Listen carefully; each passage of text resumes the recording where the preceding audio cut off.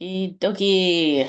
Welcome everybody to the Zebra Marketing live video show. All right. Come on in, come on in. Awesome. Okay, today we're going to talk about the customer journey. Let's see.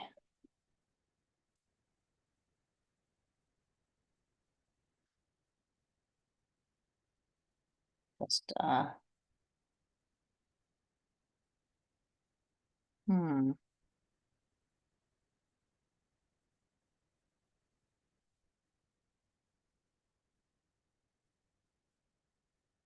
Working on getting my video live in my Facebook group. Facebook's been giving me issues, which I don't know. Seems to be a Facebook problem.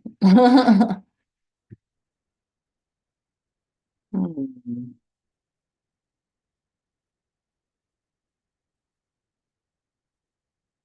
Okay.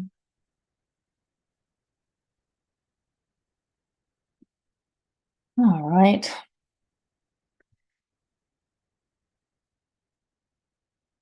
Okie dokie.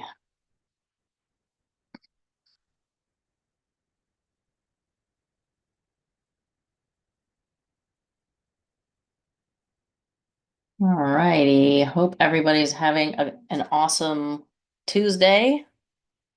We're still in daylight savings time, so I don't know if some of you have I know I had Sunday, just didn't realize what was going on. I was like, why are all the clocks wrong?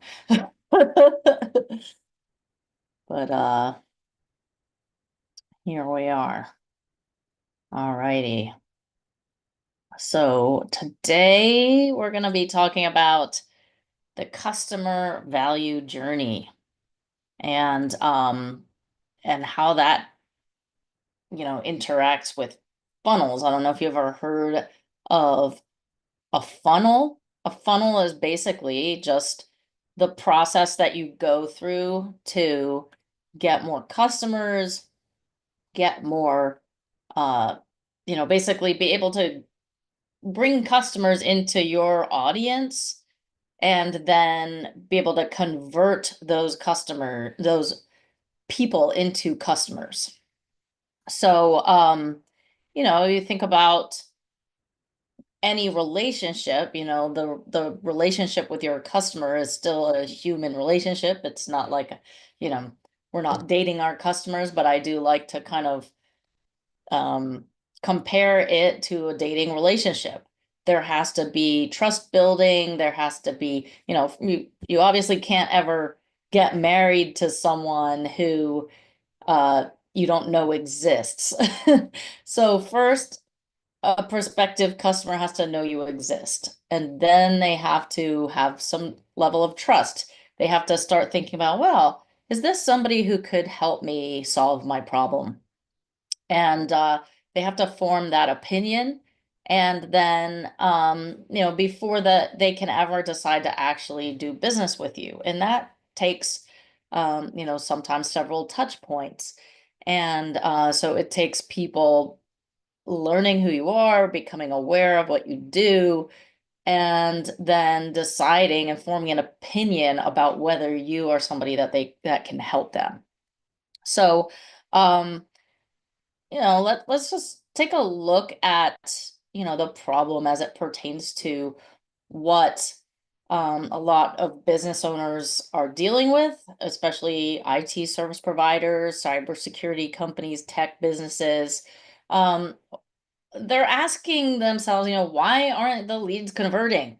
Maybe they're getting leads, but those leads aren't turning into customers. So sometimes businesses have a lead problem and sometimes they have a conversion problem. Is they're getting leads, and I see a lot of businesses who they're just like really focused on getting more leads. And I like to sort of compare this to green tomatoes.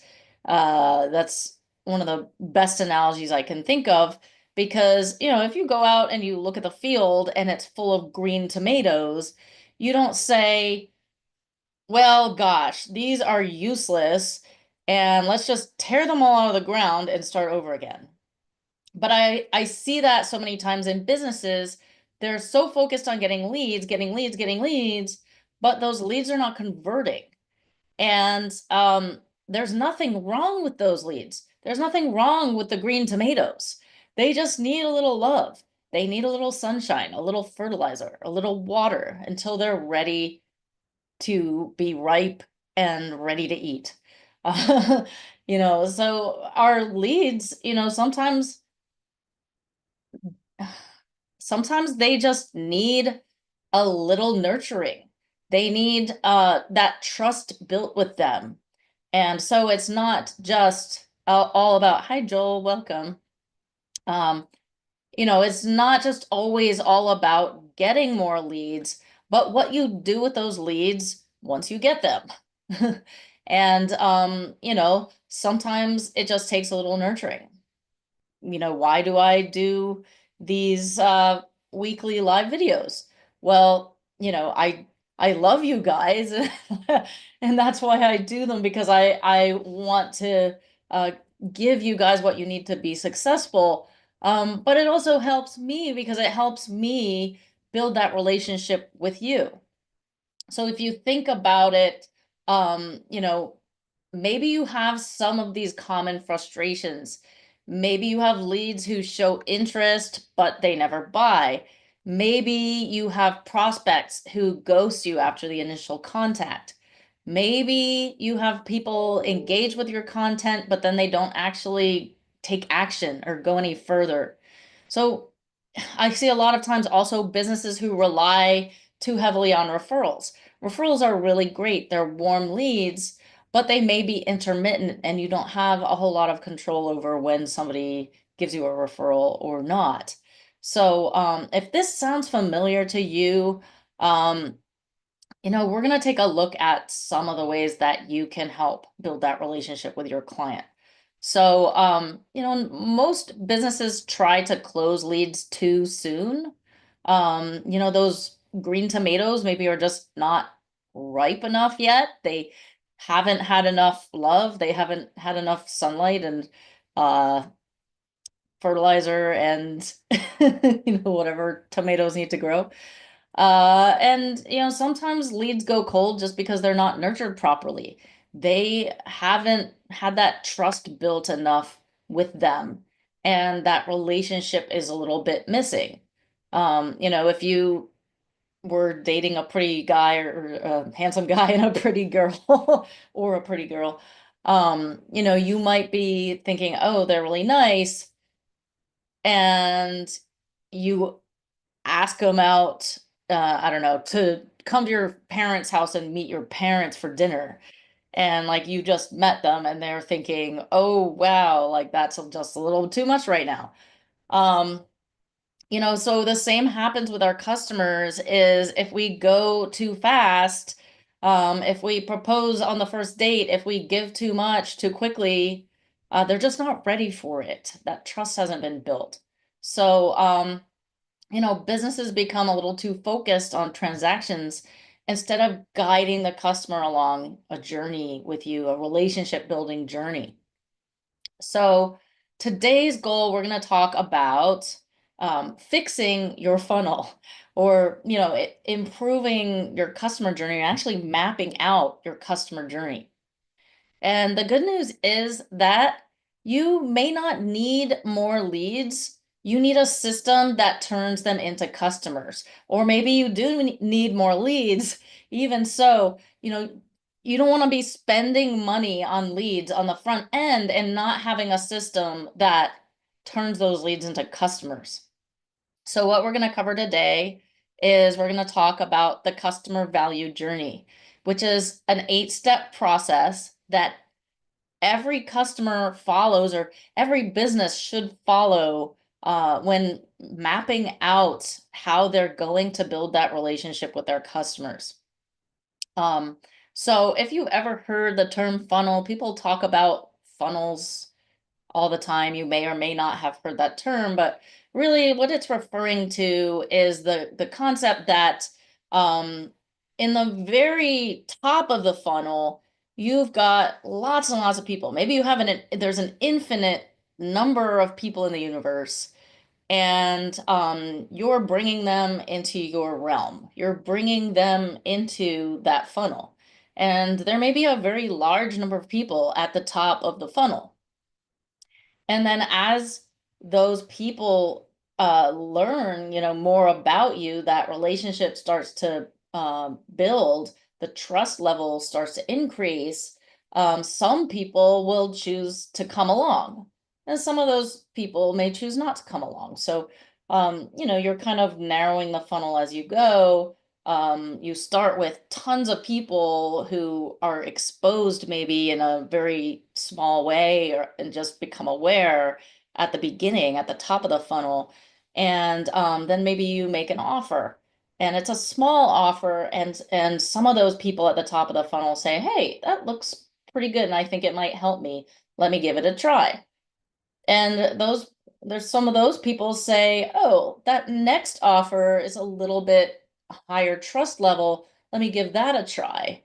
And then, you keep building that relationship until at the bottom of the funnel are the most engaged people who are ready for your core offer. And what we do as business owners a lot of times is we just want to get that core offer sold. And so we skip a lot of the beginning steps that build that relationship. And then when we make that offer of our core offer, the person's just not quite ready for it yet. So how do we build that trust level? So one of the solutions we call the customer value journey. And it's an 8-step path that every customer takes before they buy something. Um, and so your job as the business owner or as the marketing person at your company is to guide them through this journey so that that trust is built with them, that relationship is built with them, and they are ready to buy. So let's take a look here. See if I can share my screen. Do, do, do, do, do, do, do. Okay.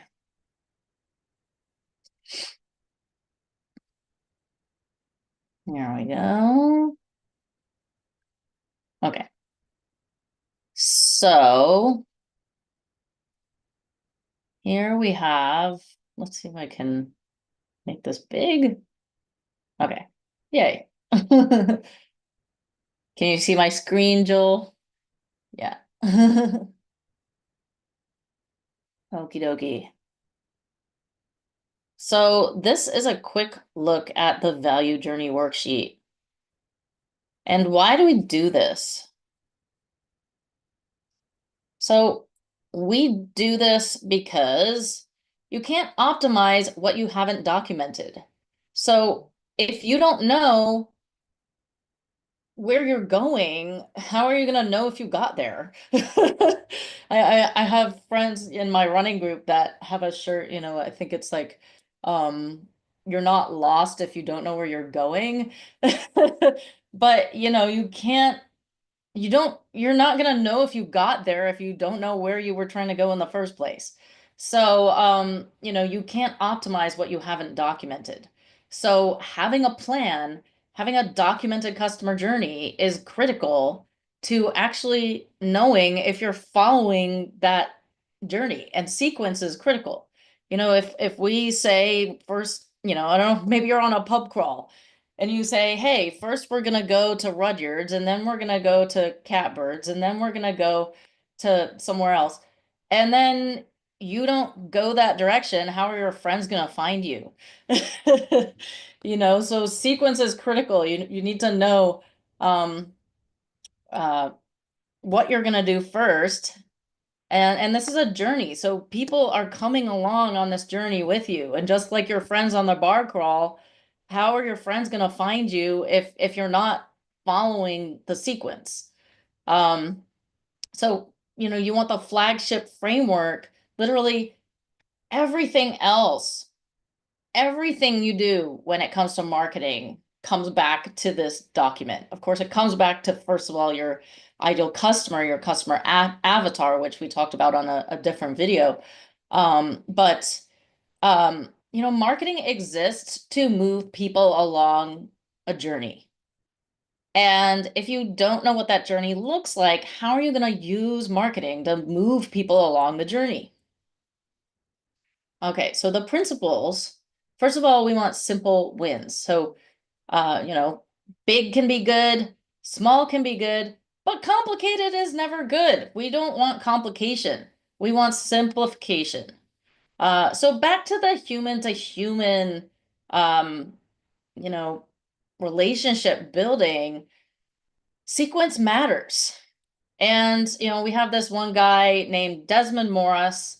He wrote a book called Intimate Behavior. And he asked the question, well, how does human intimacy happen? And he said there were 12 stages of intimacy. First, eye to body, eye to eye. Next is voice to voice. First, say you're at Starbucks and you meet a pretty girl or a handsome guy.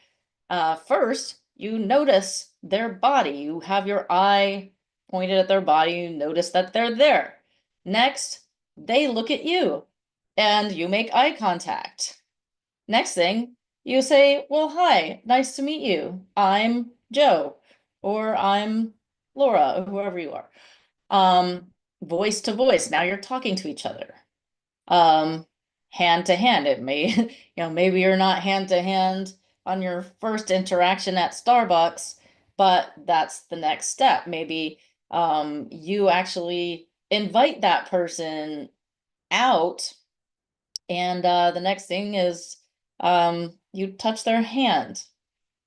Next thing is you touch their shoulder, or they touch your shoulder.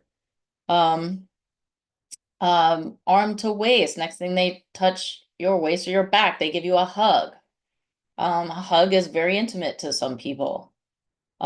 Next, mouth to mouth. So we're probably not going to go that far with our customer, but you get the point that, hand to head, hand to body, mouth to body. Ooh, oh my gosh, bow chicka wow wow.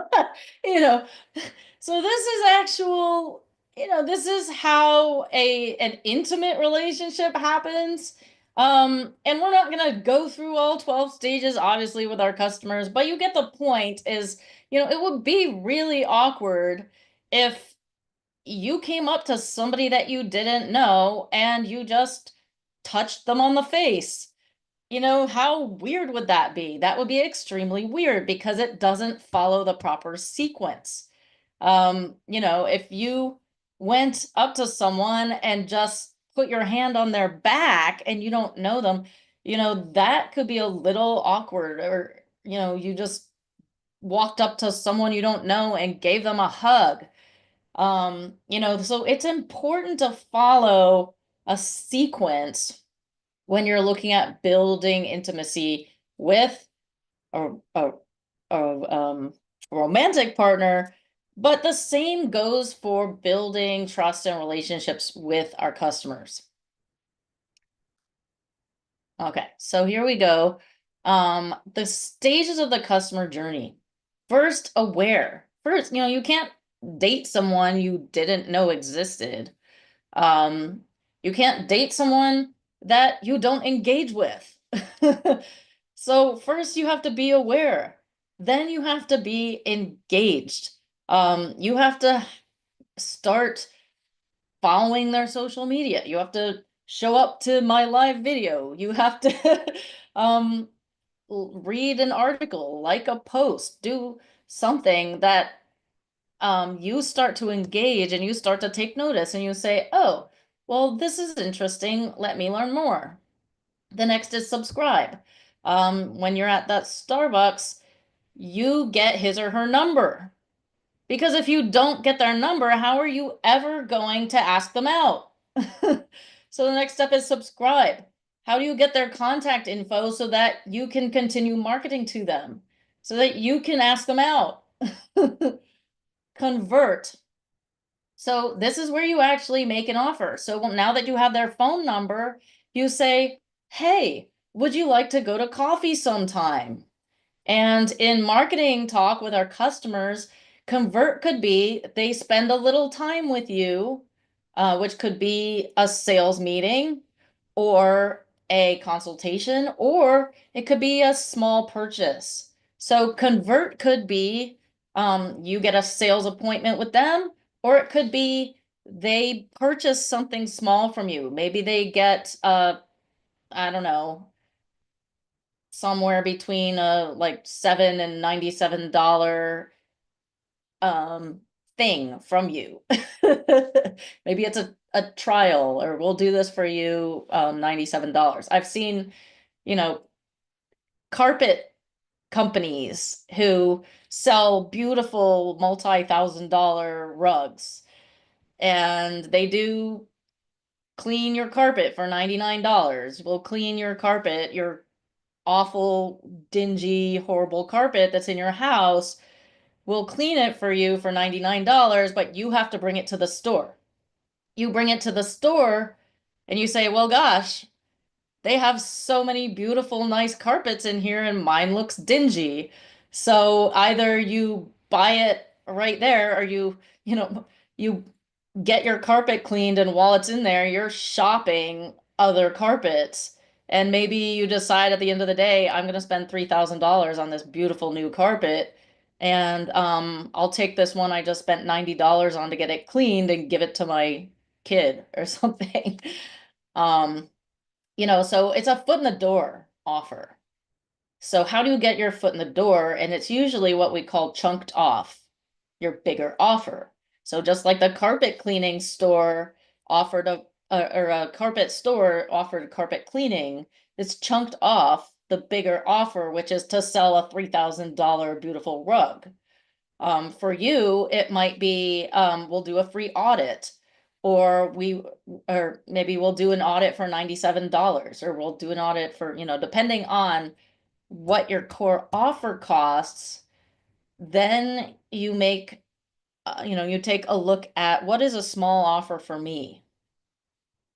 And, oops, what a small offer for you could be something less than $500, or depending on what your core offer costs. Sorry, I'm going the wrong direction.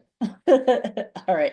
So the excite stage, once they take your entry point, offer, we call the convert, the small offer, entry point offer is how you get your foot in the door.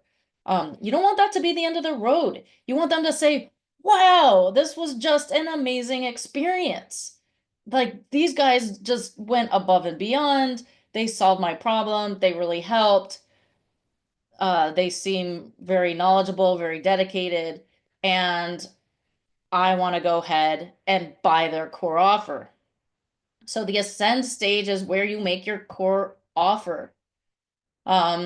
You've built that relationship with them. Now you can make a core offer. Of course, you may want to upsell. So do you want fries with that?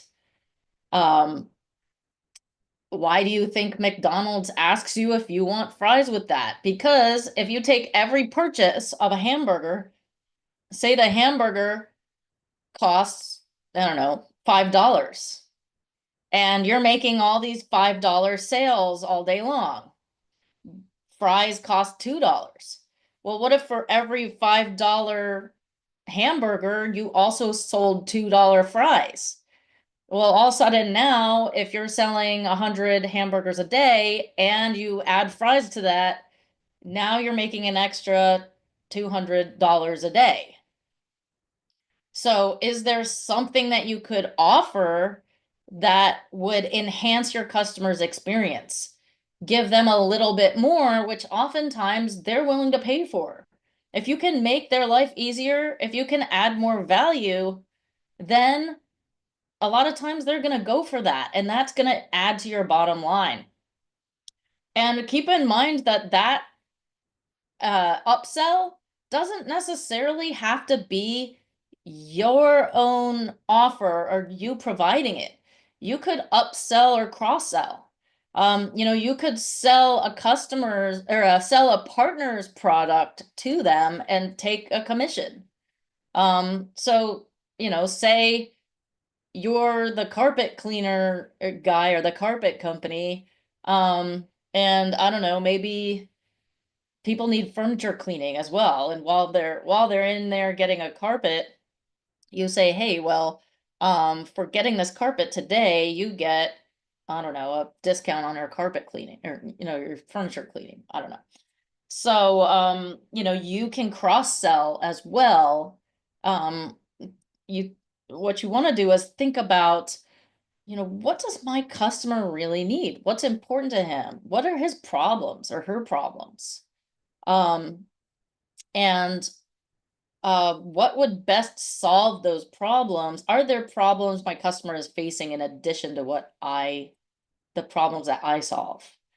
And then are solving those problems something that I might be able to do myself, or can I partner with someone who can solve those problems and I make a commission off of the sales?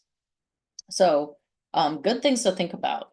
And of course, once you have converted that customer, you've sold your core offer, you've delivered the service, and your customer is ecstatic, you want them to tell everybody that they know how awesome of an experience it was to work for you. So advocate. That would be reviews. How do you get more reviews? Nowadays people go to Google and they do read reviews. People go to Facebook or Trustpilot, they go wherever they can, because people want to do what they see other people do successfully.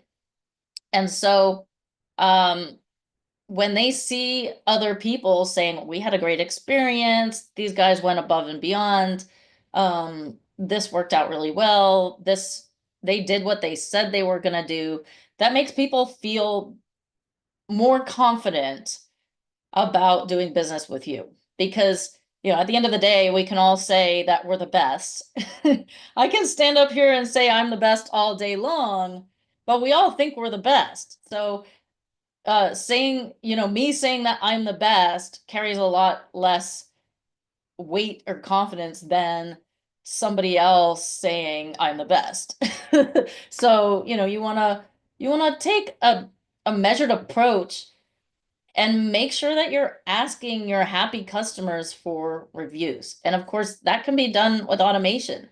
Say you finish a project with someone, or finish a sale, or finish delivering services, you can set up automation that will send them an email or text message with the link to your Google page and say, hey, it was a pleasure doing business with you. We really appreciate it. And would you mind leaving us a review? Of course, you want to make sure that they were happy in the first place. So that also gives you an opportunity to ask them, hey, could you rate us? How was our service?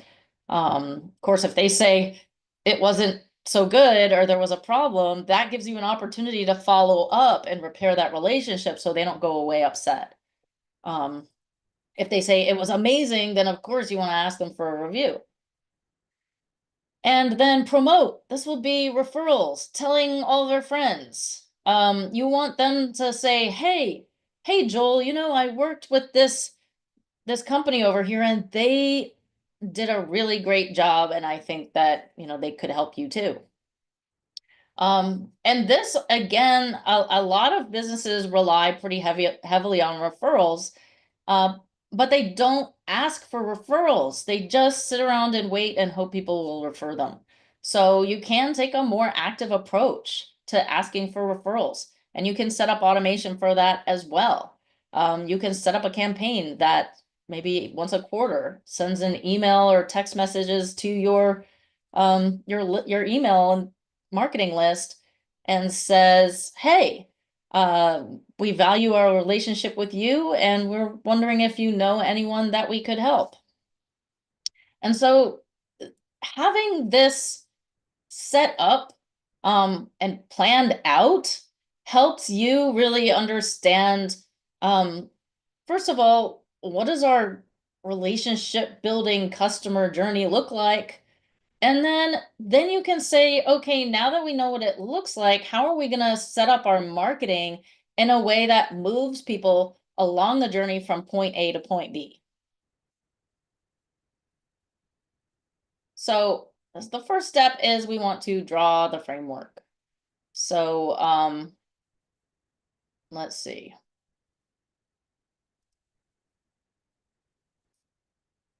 So this is pretty much what our framework looks like. And we always start at the sort of advocate and promote and core offer stage because, we all know what our core offer is. We all know that we want reviews and referrals. But a lot of times we're not thinking as much about the beginning stages, the excite stage, the convert stage, subscribe, engage, aware. We kind of, a lot of times, a lot of us, we skip over that part. And we just say, okay, let's just hit people over the head with our core offer and hope people buy it. Which doesn't always work that well. And, sometimes it can be challenging, especially, I have customers who are consultants, they are hourly consultants, and well, what can you do to make a lead magnet, or we call it lead magnet, is free offers. What can you do to make a entry point offer, foot in the door offer when you're just, consulting hourly? Well, you can. I mean, like I said, audits and meetings or strategy sessions or consultations. You can set this up and build this out for your business, no matter what kind of business you have. And it's really important to think about the stages and how you're gonna get people in the door. How are you gonna get people to engage? How are you gonna get people subscribed and build your marketing list? Because at the end of the day, it can be hard to convert customers when we don't have those earlier trust building parts planned out. So, you know, we can start by just brainstorming the stages. So thinking about the awareness stage, what can you do to build awareness? How do you get the word out about who you are and what you do and what you stand for and how you help people? That could be, you know, um, Facebook posts, LinkedIn posts, LinkedIn ads, Facebook ads, Google ads, SEO, all the things that could build awareness in the beginning when somebody is just looking around. Or maybe they're not even looking, in which case you can create a space for what you do in their mind with your marketing.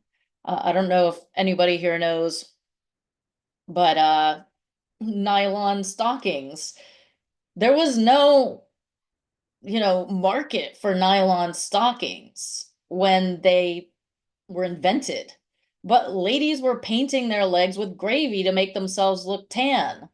And so somebody came along and they made nylon stockings and they said, hey, you know what? You don't need to paint your legs with gravy anymore. Put these on. And women said, oh, well, that's interesting.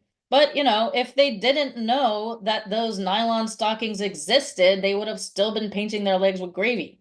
So, people may not always just be aware that your solution exists. So just building that awareness, getting the word out, can start making, giving you a pool of people at the top of your funnel who might be interested in what you offer.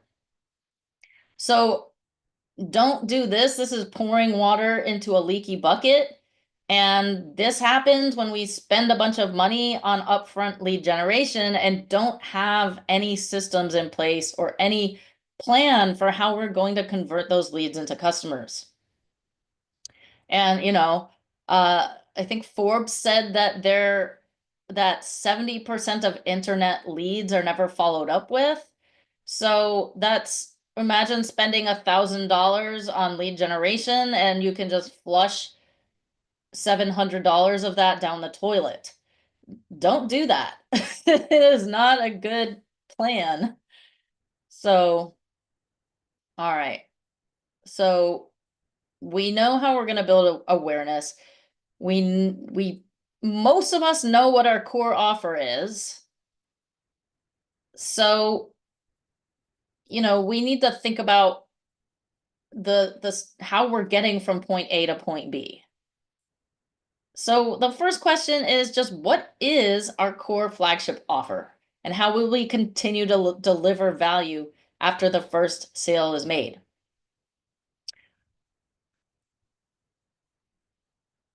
And, so just brainstorm. You might already know what your core offer is, but think about it in terms of the solution that you're offering. What is the problem that you're solving? And how does what you do really solve that problem? And your customer's problem may be wider and broader than you solve. You may be solving part of the problem, but there might be more to it than just what you're doing. So when you kind of think about this in terms of your customer and what is the actual nature of the problem they're facing, you can start to think about, are there other things that I could do that would solve my customers' problems?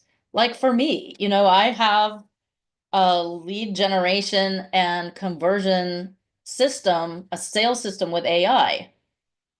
But my customers, they also need reviews. They also need referrals. So I can also offer them automations to help them with their reviews and referrals. So my core offer can be an AI sales system, and maybe an upsell can be the automations for reviews and referrals.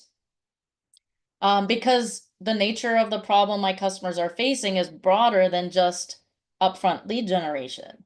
So, think about your customer's problem in terms of what do they really need to accomplish, and how does what I do solve that problem, or is there more to it?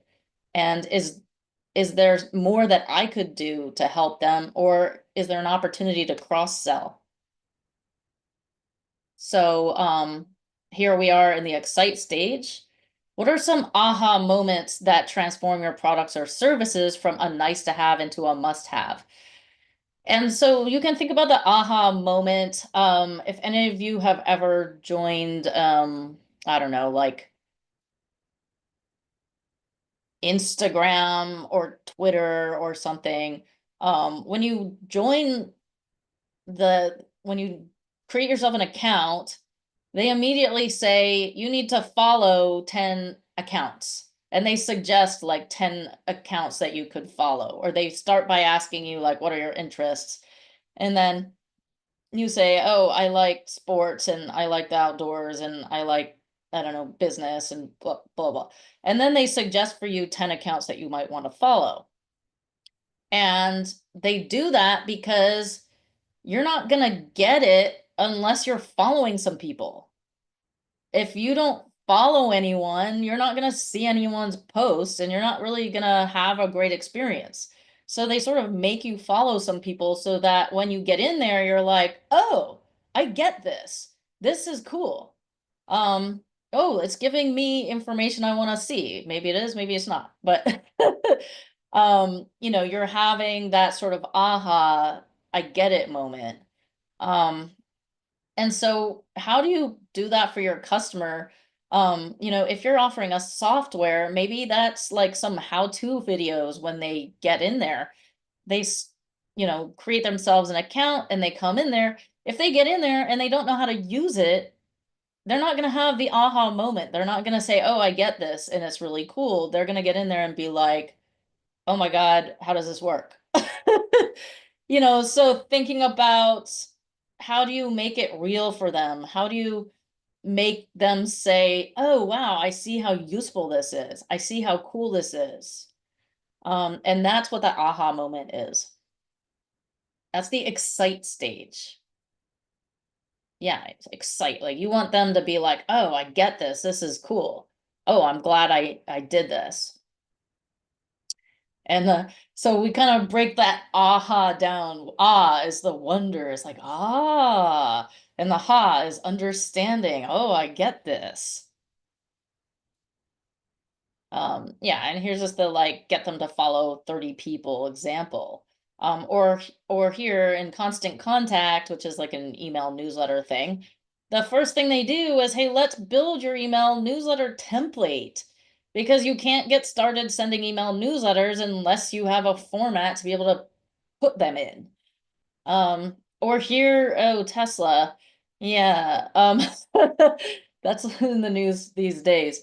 But if you're gonna go buy a Tesla, you want to see that uh I don't know, it's like 0 to 60 in 2.8 seconds launch.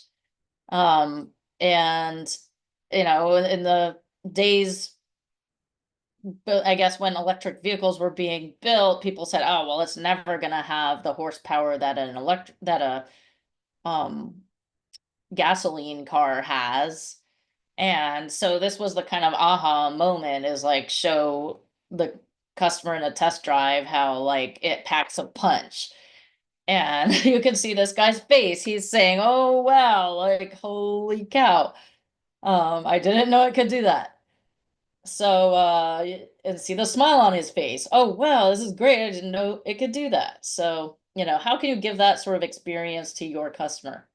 The iPhone, when you buy an iPhone, it comes in this beautiful, fancy box. I'm sure that thing is not cheap. They could deliver the iPhone to you in a cardboard paper sack if they wanted to, but they don't. It comes in this beautiful little box that when you open it, it goes whoosh, and you have that experience of like, oh wow, I must have bought something really valuable, really cool. And then, you know, the aha, like you come into like a Facebook group. So this is digital marketer who I'm a certified partner with. People come in there, they can ask a question, get an answer. They come in there and they immediately see why this is valuable because they come in there with a question, they ask the question, it gets answered. Oh, this is what I'm here for, is to get my questions answered. All right. So what is your aha moment? What is important to deliver that experience to your new customers when they make a first purchase with you, when they have a maybe they have a consultation call or a sales call with you. You don't want to leave them hanging. That's not the end of the journey. How can you make them say, wow, this was really an amazing experience. I left with something valuable.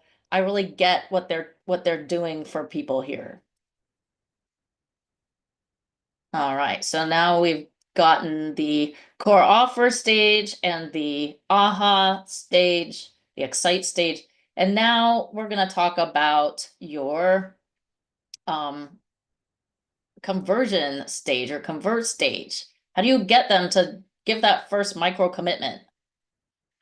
And the commitment can be of time or of money. So it can be a small paid offer, or it can be like a consultation call or attending a webinar or something like that. So how can we get your prospect to make a micro commitment that gives us the opportunity to deliver the aha moment? So time or money, what could it be for you? Um,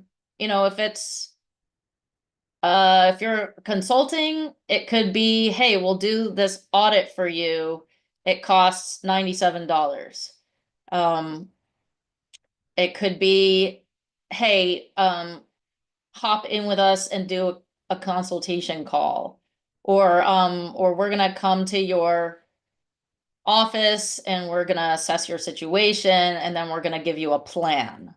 That's kind of time. You're not charging them money, but they're spending some time with you to find out what the situation is. or they're coming into a sales call with you, or they're coming into maybe a webinar with you or something. How are you getting them to make a micro commitment? And then, we call these entry point offers, and they establish micro commitments that convert strangers into friends. So this is a really, really important stage, because before this stage, you're just another company. There's lots of companies out there who we don't do business with, and we might think they're cool, but we don't buy from them. So getting them to make a micro commitment fundamentally changes that relationship, because now you are somebody that they do business with. Now you're not just one of those random companies off the street. They are a customer, and you are providing a service or a product. And so now they're bought in. So what can you do that can make it really easy for them to make that micro commitment, where you can convert them from a stranger into a friend? So some examples of convert offers could be a demo or a free trial. A free trial is also spend some time with us. A demo is spend some time with us. And then a big tip here, again, just like the carpet company was, their entry point offer was carpet cleaning. Splinter off the big core offer. So what is something small you could do, like an audit? An audit, you can say, well, we're going to assess your situation, and then we're going to give you a plan, and then we're going to ask you if you'd like to proceed with that plan. So you kind of had to do that anyway to get started, because you can't tell them how much it's going to cost to solve their problem if you don't know what the nature of their problem is. So you, instead of just saying, maybe you charge for that audit, or that audit is spending some time with you, so maybe you do it for free. But you're not making up something different and new. You're just sort of splintering off your core offer. Just like these guys, they're a candle company. They sell a really cheap little pack of candle wicks. Well, guess what? You're probably not gonna buy candle wicks unless you're making candles. Or a guitar store who sells a cheap pack of guitar picks. Well, guess what? You're probably not buying guitar picks if you don't play a guitar. So, it's just getting the foot in the door. They're making a small sale that now you're on their marketing list. Now you're a customer. A la carte service. This is similar to the carpet company with the carpet cleaning. Hey, we'll clean some of your furniture for $20. And, you come in there and guess what? We do your whole entire carpet. Your carpet looks awfully dirty. Can we do that too? And then Fiverr, again, we're gonna do an amazing explainer video for you for $5. I've seen this before. We'll do like a 5-minute video for you for $5. Oh, if you want a 15-minute video, it's $15. If you want it in HD, it's like $30. If you want, so you just keep, I don't know who's ever flown like Spirit Airlines, but they do the same thing. It's like, okay, you can get a flight for less than $100. If you want to bring luggage, it's another $30 each direction. If you want a Coca-Cola while you're on the plane, it's like $8. If you want food while you're on the plane, it's like $15. And before you know it, like all these a la carte services, like they got you in the door with that airline ticket, but everything else is extra. So, that's just an example, but this is just an example how we do it at Digital Marketer is, we offer like one small course and then get them to engage in the community, offer them discounts, offer them bonuses, and eventually, hopefully, upsell them into our entire course of trainings. So, and then we increase engagement with Facebook promoted posts. So, you can actually promote things with Facebook ads. And then once they're a member, we bring them into the engagement community where they can continue engaging. So, just to remember, the job of the convert stage isn't to close the sale, it's to get the first date. Once you get their number when you're at Starbucks, you get that cute girl or cute guy's number. Now you want to ask them out. So, and of course, you can't ask them out if you don't have their number, because how are you going to contact them? So you have to first offer something that they think is valuable, get in exchange for their information. So, she thinks he's cute, so she gives him her number. She doesn't just give her number to any old guy. Um, but you have to offer something of value. There has to be something valuable in exchange for getting that person's contact info. And then once you have the contact info, now you can ask them on a date. And you want to set up an exciting aha moment. You want when she comes to coffee with you or he comes to coffee with you, you want him or her to say, "Wow, that was a really, really nice guy or girl. Like I really enjoyed that."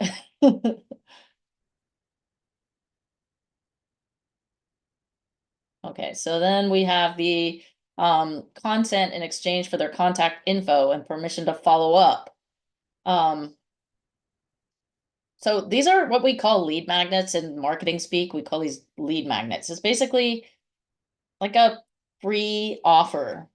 And these could be like downloadable reports, gated video series, or a mini class, a webinar registration. Um, so, how to structure and build a modern digital marketing team. This is, I mean, like you're attending my lead magnet right now. Like you're attending my video series where I add value for people. I help to help them with their marketing for free in exchange for building that relationship with someone. So, uh, lead magnet examples, downloadable reports, gated video series, webinar registration, a coupon code. Um, you could give them a valuable discount. The thing about coupons though is they're only like really valuable when somebody already knows they want what you're offering. So, if you're shopping for purses and somebody gives you a 50% off coupon, you might be 50% more likely to actually buy a purse. But if you're not really sure what the nature of your problem is, and somebody says we'll give you a 50% off coupon for our services, but you don't know they don't know that your services are the right solution yet, then giving them a coupon for it is not necessarily the right thing. But if you're selling software or something and you do like a Black Friday flash sale and give them a coupon, that could be very attractive if the people already know that they want to get your software. So what content can we leverage to turn a glance into a stare? Well, this is a good question. So, types of content that we can create. This is the engage stage, by the way, when we are getting people to follow along with us, to engage with us. So in this stage, sometimes we want useful information. Sometimes we want just entertainment. What could be funny? What could be entertaining? And keep in mind that it's about the customer, not the product. So what does your customer love? What is entertaining for them? And it's not necessarily here about making awesome content that talks all about your business because or your product or service, because they may not actually know that they want it yet. And so you just have to get their attention and you have to get them to engage. And what do they like to engage with? Well, something that's interesting to them, or something that's funny, or something that's entertaining. So, this, for example, this is just like, 39 insanely fun team building activities for work. And these guys are wearing banana costumes and jumping at like, it looks like a bowling alley. So this really has nothing to do with like their service or offer. It's just their team having a good time. And people are going to look at that and it's going to catch their attention and they're going to say, haha, that's really funny. um, and so, what is it your customer really likes? If your customer is super into Taylor Swift, maybe you need to get up to speed on some Taylor Swift. If your customer is super into hiking in the outdoors, maybe you need to get up to speed a little bit with what that's all about, so you can sort of speak their language. So just thinking about what that might be for your customer that they care about, that you can create engaging content around. And so what if your product or service is boring, which I hear a lot. Well, here's this guy made an ad about I think it's one of the companies that sells razors. And, they put up this ad. Our blades are effing great.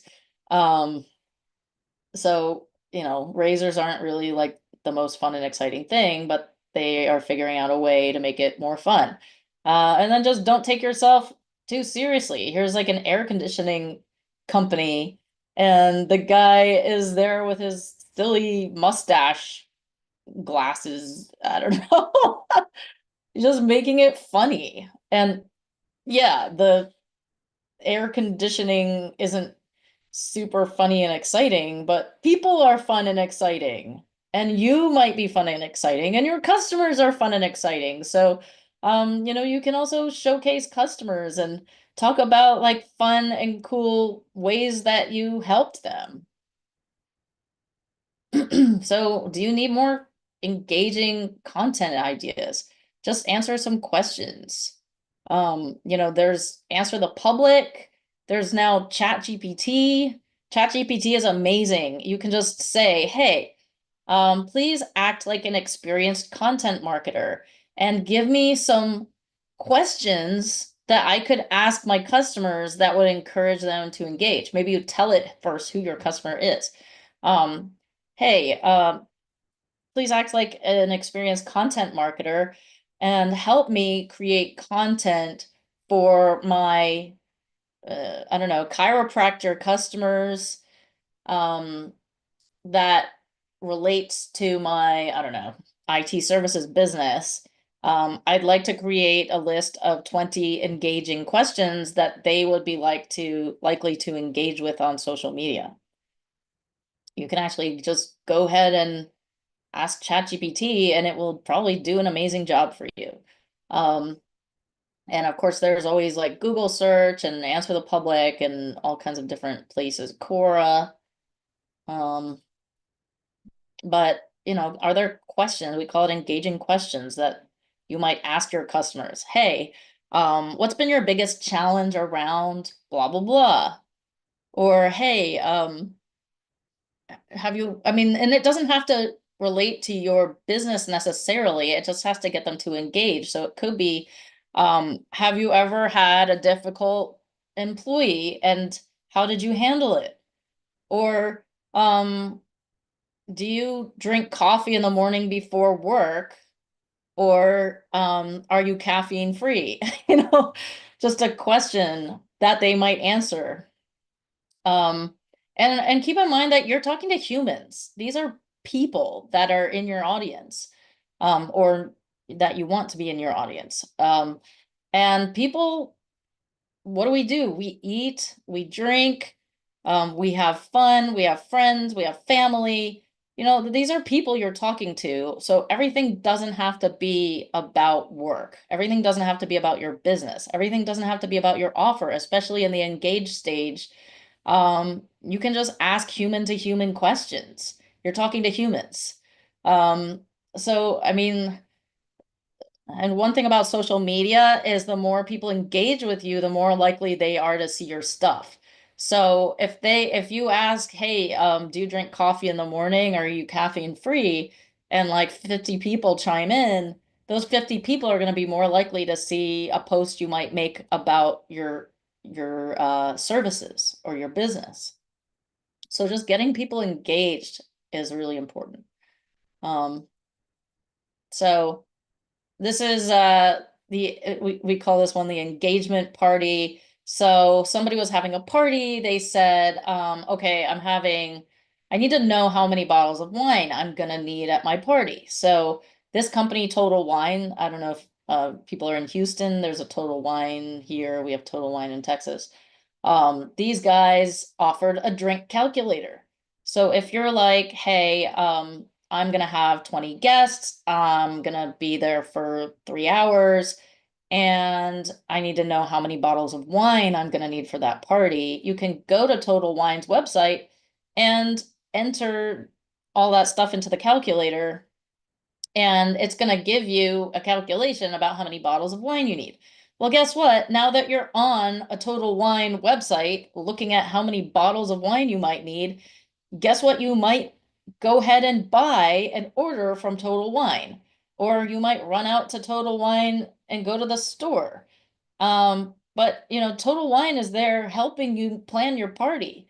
You're probably going to have a little bit more likelihood of going and buying your wine from Total Wine now that you know, now that they've served as a resource to you. Okay, and then we've got the you know, awareness stage. How do people find out about your brand? And you know, we've got all these, you know, avenues for running ads. Facebook, Google, Instagram, YouTube, LinkedIn is also really great for, it can be really good for B2B companies like IT service providers and MSPs, cybersecurity and tech. You know, a lot of our customers are on LinkedIn, or running LinkedIn campaigns. But Facebook is also great.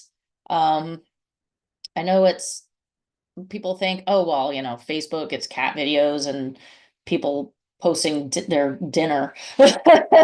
Yes, but I mean, and um, people spend a lot of time on Facebook, and your customers are on Facebook.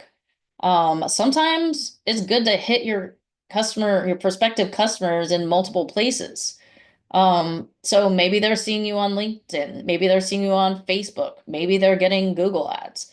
You know, the green tomatoes, it may take a little sunlight, a little fertilizer, and a little rain to get them to, you know, ripen up and turn red. So, thinking in terms of where does your customer hang out and what messages would they respond to? And thinking about getting in front of them that way. And of course, you know, we have a leads tool, Zebra Leads, and you know, Zebra Leads can help you pinpoint a list of your ideal customer with tons of information and AI enrichment that can help you really get granular about your ideal customers, and then be able to reach out and contact them so they can become aware of you. Um, and so how will we encourage our happy and successful customers to say nice things about our brand? This is the advocate stage. Um, you know, do we give them a free gift maybe? Do we, you know, these guys are now going to be running around wearing this company's t-shirt. And t-shirts are great, and people appreciate them. If it's a good customer, Like maybe you give them a t-shirt. Hey, really appreciate doing business with you. It's really been a pleasure, and I wanted to give you and the team members involved one of our t-shirts. Stickers work too. People will stick stickers. And these things like help people feel a sense of ownership of your brand. Like why do people wear Nike hats? Because Nike has a strong brand and they feel an identity with it. Um and giving people t-shirts, giving people stickers helps them feel sort of a sense of identity with your company. And when it becomes sort of part of their identity, they want to share it. And so sharing it with their friends and just stickers and t-shirts and stuff that can help. Um, and also just remembering to ask them for a review. Hey, would you mind, what? Are you happy with our service? First of all, I hope you are. And if they say, yes, I'm happy, then I'm really glad that you were pleased with the service. Would you mind writing us a review? And then the last stage is how will you turn your best customers into your marketing partners? Um, Referral programs, affiliates, internal champions, and value-added reselling. So a lot of B2B companies I talk to and work with are very referral based. And a lot of them are not actively asking for referrals. They just sort of hope that the customers will remember to refer them. So having some automation perhaps that reminds them maybe on a quarterly basis, hey, we really appreciate you as a customer. We rely heavily on referrals, and if you know anyone who could use our help, we would really appreciate it. Affiliates, that's are there other people who have a large audience of the people who you serve who you might be able to partner with? And if they promote you to their audience, maybe you give them a commission, or maybe you give them something in return.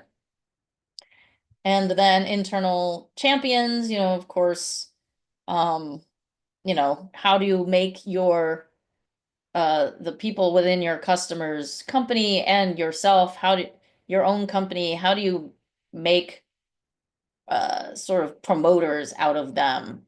And especially when you get everybody on board inside your company with the direction you're going and get everybody aligned, it becomes really easy for people to become brand champions for you, um, both in your own company and your customer's company. When they really understand what you're all about, what your brand is all about, um, that helps them become champions for you because they really get it. Value added resellers, so kind of like affiliates. I mean, affiliates is kind of more like people who can get you in front of their audience. And value added resellers could be people who are selling what you do. So, say you offer a software package, maybe it's IT related. Maybe you find a bunch of CISOs who are willing to sell it into their customers. So that could be resellers. So there's lots of different options here. And we've pretty much gone through all of the stages now, all 8 stages of the customer journey, to think about how you're turning strangers into customers. And so the third step here is just to document your value journey. What does this look like for your company? And how are you moving people? First of all, what are you doing in each stage? How are you making people aware? How are you getting people to engage? How are you getting people subscribed? And then once you've mapped this out, then how are you moving people from one stage to the next? And we can use automation, we can use AI. There are a lot of options now. Our leads, or we have our leads tool, Zebra Leads. We have our AI sales system, Zebra Suite, and combined with Zebra Leads, that gives you AI follow-up. So we can keep following up with people to engage them, subscribe them, and then hopefully convert them to an appointment, a consultation call, or make a small purchase. Uh, but what is that for your company? What does that value journey look like for you?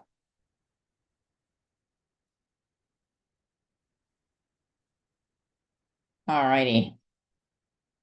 So the goal here is to document one customer value journey for each avatar or persona.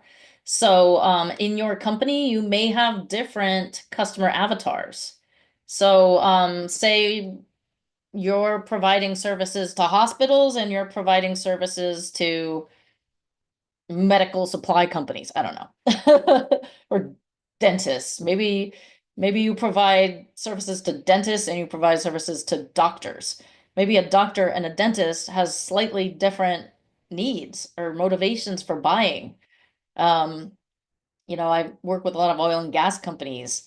And in that industry, sometimes the service providers, they might be providing services to shipping and providing services to oil and gas and providing services to renewable energy and environmental companies, and each one of those industries might have a customer avatar with different needs and different desires. So, uh, a subscribe offer for an oil and gas company might be different from one for an environmental company. So that's the case. There may be overlap, in which case, you can just start with building yourself one customer journey. But that's pretty much the gist. Sorry, we went a little bit over here. But Joel, do you have any questions? I see you are here. Um, we can go over those in a minute. But the whole point of this exercise is to take a look at the value journey. How are we building the relationships and the trust with our customers? How are we, let me, how are we bringing them from unaware to becoming aware, beginning to engage, actually subscribing where we can continue to market to them? Um, how are we getting them to make that first purchase or to spend that micro commitment of time or money with us? And then how are we making that core offer?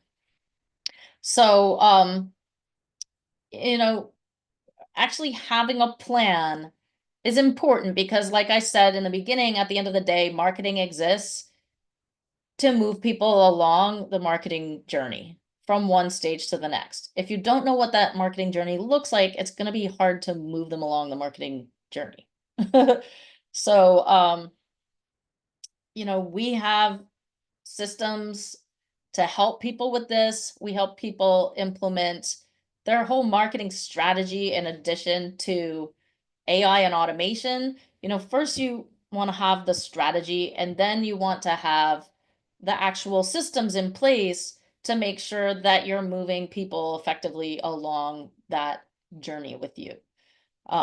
So that's what we help people do. If you would like to book a call with us, um, drop the word book a call in the comments if you're watching on the live stream, or you can go to zbra.live/book a call, and you can obviously book a call right there. um, but and then also, if you enjoyed this webinar today, if you got something out of this, I would appreciate if you could like, comment, share with your friends. That's how we build community together, and that's how we help each other.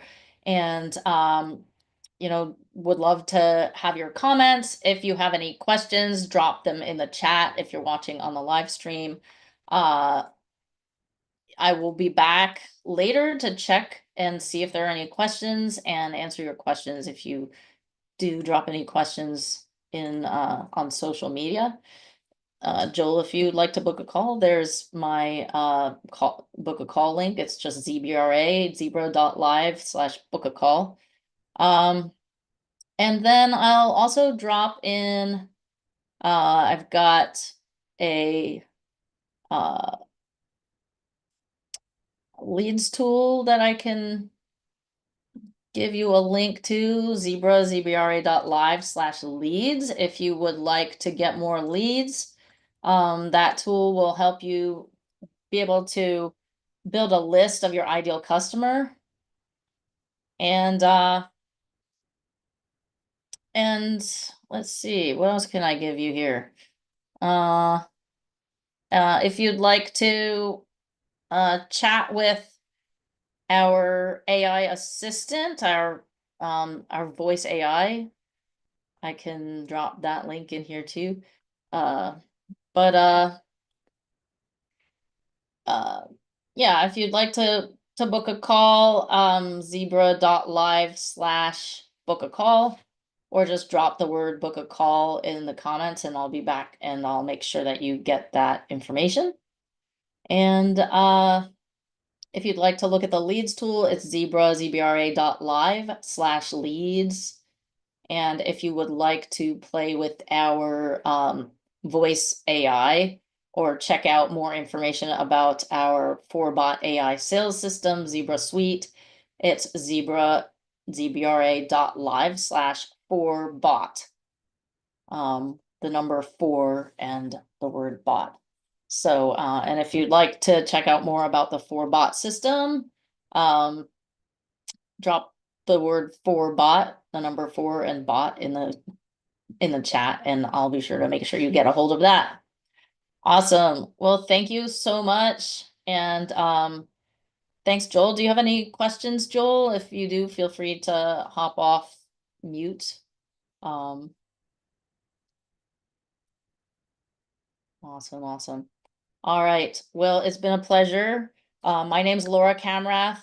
Again, I'm Laura Camrath. I'm the CEO of Zebra Marketing, and I'll be live here every Tuesday at 11 a.m. We do have an upcoming masterclass on March 25th, and you can go to Zebra Smarter Marketing Wild Results on LinkedIn, and you can sign up for it there. And we're going to talk about doubling your sales with AI and automation. So would love for you to hop in with us on Tuesdays, 11 a.m. Today we talked about creating a system for your business where you can actually turn strangers into customers and then turn customers into raving fans. And would love to chat with you guys more about that. We're going to keep on talking about building your business, how to grow your business, how to create predictable sales so that you can have hockey stick growth and grow your business so you really have that that business that supports your life and not the other way around where your life is eating up your or your business is eating up into your life.